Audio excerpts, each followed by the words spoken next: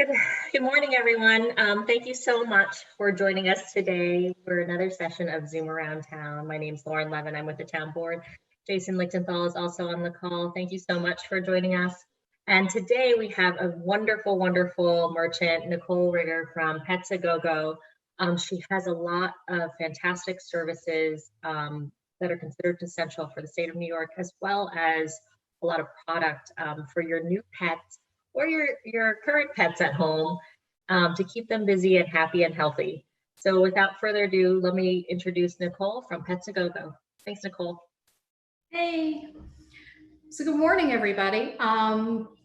We Pets A Go Go, we've been open throughout this time, challenging time for everyone. We've been doing a number of different things to try to help accommodate the first responders in the area and the various people who have to or need to put their pups out of their home for a period of time. We've been lucky enough very early in the process that we were deemed essential, so that for our clients that were stuck out of the country, we could continue to take care of their fur babies at the level they were expecting. And also a matter of for people who have to go to work crazy hours, we were able to continue to support them. In addition to our services, which are doggy daycare, overnights, cage-free overnights, training and grooming, we've been able to sort of expand our product suite for clients that are either unable to get out and get their pets food and treats and various things they need, or also just for convenience sake, since we do go to homes as well with pet sitting and dog walking services, that we're able to draw off those products in a touch-free way. So our philosophy here at Pets A Go Go is a cage-free environment. We also are very committed to having USA-based or sourced and also produced products. Everything we carry here is non-GMO. It's, again, USA sourced, so there are no products that are coming in from overseas. Some of the product lines that we do cover that are non-specialized are True Chews and Cloud Star and Blue Buffalo. Those are the three things that we do tend to see most clients enjoy utilizing, whether their pets have dietary restrictions or not, or it's just a personal preference. The blue treats that we carry here are grain-free for those that are following a grain-free diet. In addition, we also like the True Chew line, which comes in a variety of proteins, primarily chicken, beef, bacon, turkey. Those are the three main things that they tend to use. Again, first ingredients are always proteins. We don't carry things that first products or first ingredients are meals of sorts, or bone meal. For clients that do have extreme scenarios where they actually have dietary restriction, we have a couple of clients whose dog have IBS and they're on a limited ingredient diet. We do carry things as sort of out there as kangaroo meat and that type of thing. So our products, again, although they may be produced here, they are farmed or sourced out of the US market. So those are sort of some of the treats that we do. We also do bulk treats, things that are for aggressive chewers, things like antlers, elk antlers. And there's actually a company that we do that's out of Montana. And this is a byproduct of their food source, which is actually elk. Humanely raised and processed, and basically we source the antlers. They're all different sizes depending on if you have a little guy or a big guy. We even have mammoth ones that are good for bull mastiffs and those type of size dogs, 100 pounds more. Some of the other bulk treats that we enjoy selling here, pig's ears. Some of these things are kind of a little gross, but the dogs love them, and they're low odor, which is kind of nice. And we also do hooves, pig hooves. Bully sticks, again, USA sourced, and they are in a variety of sizes, 6-inch, 12-inch, that type of thing, and they're low odor, so there's no smell when they chew on them, or very low smell. There's going to be never completely no smell. So The only other product that we enjoy seeing is something called an Etta stick, and I don't know if you can see it. It's about 3 feet long. Etta sticks are made by a company in the Midwest. They're actually sold by a company called Treat Planet, again, Midwestern. But these are very cool if you're working with your either new puppy or not so new puppy, that we need to have things like treats in our pockets to get them to comply with some of the things we're asking for. Then you have these and you can break them into small bites. And they were originally made by a guy who wanted to have treats in his pocket, but if you know most treats, they crumble up and there's just dust in your pocket. These don't. They're very cool. And they're safe to chew. They're not rawhide in the sense that a lot of warnings about giving rawhide to your dogs because it can cause problems in the intestines. But this is actually pulverized rawhide, so it's already sort of, lack of a better term, pre-digested. So those are some of the products that we enjoy having here. We do also carry special canned food. Tiki Dog and Solid Gold are the two companies that we do carry. Tiki Dog is one of our exceptions in the USA aspect in that it is produced by a company that sources their chicken from Thailand. Thailand is one of the cleanest producers of chicken. Again, it just happens to be where they choose to get it from. And then also the Solid Gold products we rely on, especially for dogs with sensitive tummies, is their green tripe product. And you don't want to smell that, but we have lots of tricks of being able to show you how to break it up into pieces and freeze it so you don't have to deal with the smell. So those are the products we have in the store. About 2 weeks ago, we started a mystery bag program, a mystery paw bag program for people who either had just adopted a dog and didn't have anything really to leashes and collars and all those kind of good things. We started them in a small size and a large size, and it's sort of like a surprise basket for your dog. Or for your friend. If you want to send it to someone, we're able to either deliver it at no charge to them locally. And we have 2 locations, so most things are local to us. We have a place both in Stamford and in Briarcliff. So in the 2 locations, we can get it to virtually almost everywhere in Connecticut and New York. But what's nice about them is they come in actually 2 sizes. And we ask whether it's for a special occasion, and we can do a happy birthday kind of thing.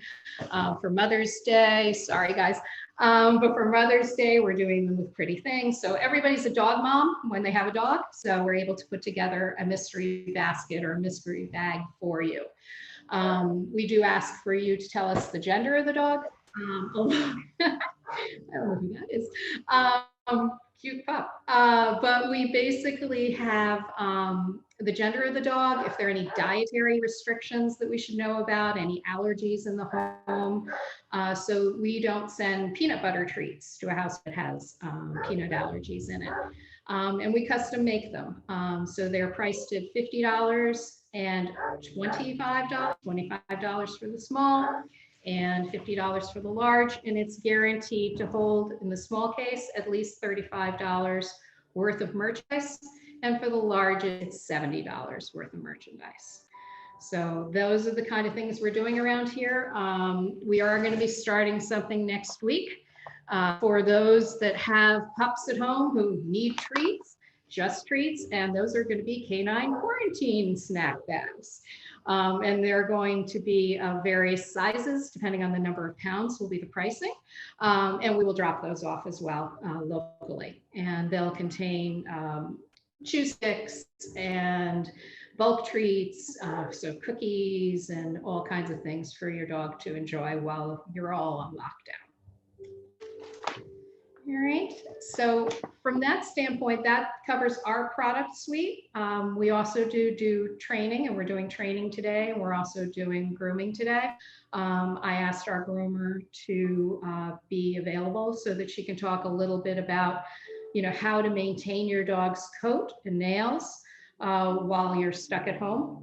Again, we are able to do touch-free or contactless pickups and drop-offs for your pups for grooming. But if you are choosing to do it at home, we can give you some tips and tricks around how to help keep him in good shape before you do make it back to your groomer, whether it's us or somebody else. All right, so if it's okay, I am going to walk over to her and turn it on. All right, this is Elise. Sorry about that, guys. Hello. And this is Teddy. Teddy is one of our long-term clients. He just had his bath, so he's kind of ready. So if everybody can see me, Elise is going to go through basically how to demat, how to demat your dog, and some of the things that you can use to keep his coat in pristine shape. And then we'll talk about nails a little bit. Okay, so, I'll stay back. oh, okay, cool. Nope. Okay, so we had got Teddy here, and Teddy has like a few mats on his ears, and here I have a brush. And what if you find yourself, walking your dog and you see that there's matting like behind the collar, behind the ears, hindquarters or whatever, what you would typically do is you would just grab it here. A brushing comb is necessary. And you would just take it and hold it separate from the skin so you don't, nick them with bristles. And you just gently brush them out. You start from the end, right? Yes, you start The from the outward end. like And that. work your way closer to the skin. As you're separating and pulling at the same time. And then you would take your comb and you just make sure that you get it out. Similar to how you would do, your own hair if you find your hair, hair with knots and stuff. That's how that would work. And then we have Teddy's nails here. Her nails are kind of short, which is good. So we can take them a little bit shorter. And here we have a regular Dremel. I have the Dremel micro because it's focused. I like focus. And what you would do, you turn it on. If you're nervous, you can start, on the low setting. See how they would react to it. Turn it up a little bit. And kind of just go down, almost like you're buffering your own nails just for the Dremel when you go to a nail salon. And you just take them down. It's okay, buddy. I know I'm And you have to be careful, because as you can see, right here, I don't know if you can get it, that spot right there, that's called a quick. And if you was to nick that, you would bleed. It's nothing, crazy, but You want you to don't want avoid to it. do that. you don't want to do that. And a more easier way is, take your dogs out for walks on pavement, and that would That's the naturally way. yeah, that's the natural good way. You don't have to have this, and you don't have time on our hands. So walking is the next best thing. So Fabulous. Very great. Thanks. bye. And Thank you. all right. And now we're going to be in here. And this is Cupcake. Cupcake is staying with us for our 3-week residential program. Cupcake was recently adopted by our owners, and they tried working at home on house training and loose lead walking and found it a little challenging. And so we've basically taken on Cupcake for the 21 days, which is a guaranteed training program. We address the issues we all agree to, and Haley, and basically Carol comes, or one of the trainers comes and works with Cupcake every day to achieve the results that the owner's looking for. So, And we're teaching Cupcake how to walk nicely on a lead, how to sit, how to stay. Let's go. Crumbles is here. Crumbles misses you guys. Hi, Miss Crumbles. Hey, buddy. You missed a lead. And this is what, day 6 for Cupcake? Day 6 for Cupcake. Yeah. And this is what she's already learned to do, and she's happily doing it, which is very important. Plus, she's on a house training schedule to prevent any accidents when she goes home, so that she'll be a happy puppy and behave for her owners. Yep. Fabulous. Yeah. So ideas around, obviously being on lockdown, we've seen a few hundred pups adopted and fostered, and then what we call a foster fail. But basically pups that are going to have now new permanent homes. And the challenges that come with, once you are done being home, Yes. helping to prevent separation anxiety, which obviously if a puppy's never had a real routine of you in the house, there's my concern is that, going back to work, that puppy doesn't have any idea how to self-soothe or do that type of thing. Absolutely. It's not all that different from having a human child. What their new owners should do now is start practicing leaving the home without the puppy. A crate is always a great option for any dog. And again, you leave the home, when you come back, ignore them for a couple of minutes, and then you can give them some attention.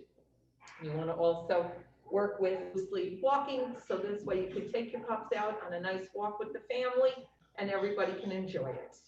And the crate is also a great option for house training.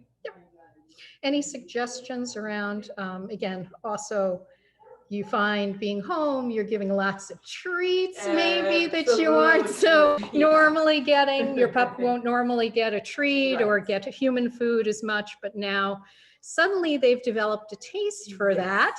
And what happens with trying to work a little bit on downstays or leave-its, that type of thing. Exactly. Yeah, you definitely want to work with your dog doing lots of stays now and encourage them. You can use a few Cupcake's treats. doing it as we speak with absolutely no prompting. Use a few treats here and there, but then you want to start to wean away and use lots of praise because you've always got that. Otherwise, you're going to have a dog that unfortunately is only looking for treats, and then the extra pounds are going to come on too. When you're not walking them 5 to 20 times a day. Good girl. Awesome. All right. Thanks. Thank you. All right. And just to sort of give you guys an idea of our space here, Pets A Go-Go, as I mentioned, is very much a believer in zero cages. So you'll notice there are no cages in our building. We basically have 100% of the time they're allowed to free roam. We segregate the dogs into groups of by age, by size, and by play style. Hi, Sophie. But we have a large outdoor space as well. And basically we have about 1.5 acres of fenced in outdoor space. Again, outside is divided by those areas as well. So the dogs are with like-minded individuals. We find, big difference between the rough and tumbles that want to be, bouncing on each other's heads all day, every day. And then you have more sedate citizens who prefer to have, sit, smell, find a sunbeam, that type of thing. And I'm just making my way out to the lobby, and then I'll turn you guys back around. Hey there, me again. So that's basically it. Any questions for us, or we're always available, obviously, in terms of Carol or self or even Elise.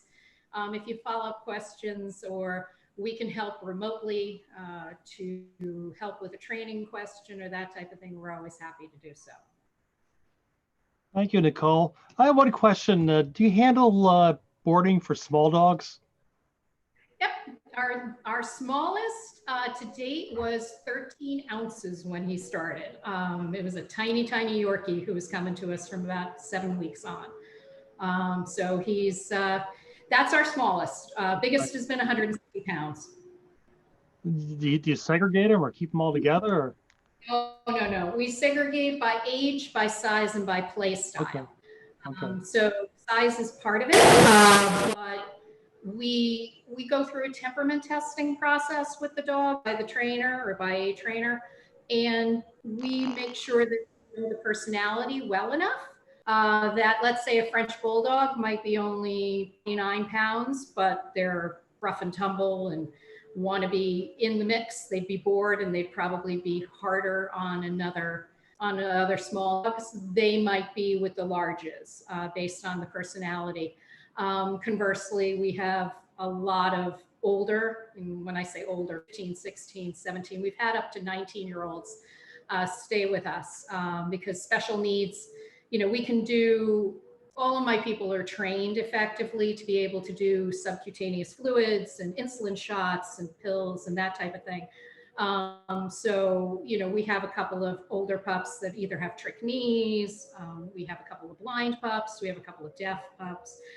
So obviously they're probably, even if they might be a little bigger, a 15-year-old Wheaton who weighs, 35 pounds would be with my smalls because he has a double set of trick knees. He couldn't possibly be in with the larger guys. Okay, great. Any other questions for anybody? Just take yourself off mute. Don't think so. Well, Nicole, thank you. This was great. No, thank you so much. It was a lot of fun. And I'm glad you're helping out the first responders too. Yeah, no, well, it's kind of the job, right? A lot of places look it. I didn't understand it necessarily, but we chose to stay open, and thankfully, make it through some of the processes with the SBA too now recently. So it's all good. Great. Well, thank you again. Have a great Sunday. All right. Have a wonderful day. Bye-bye.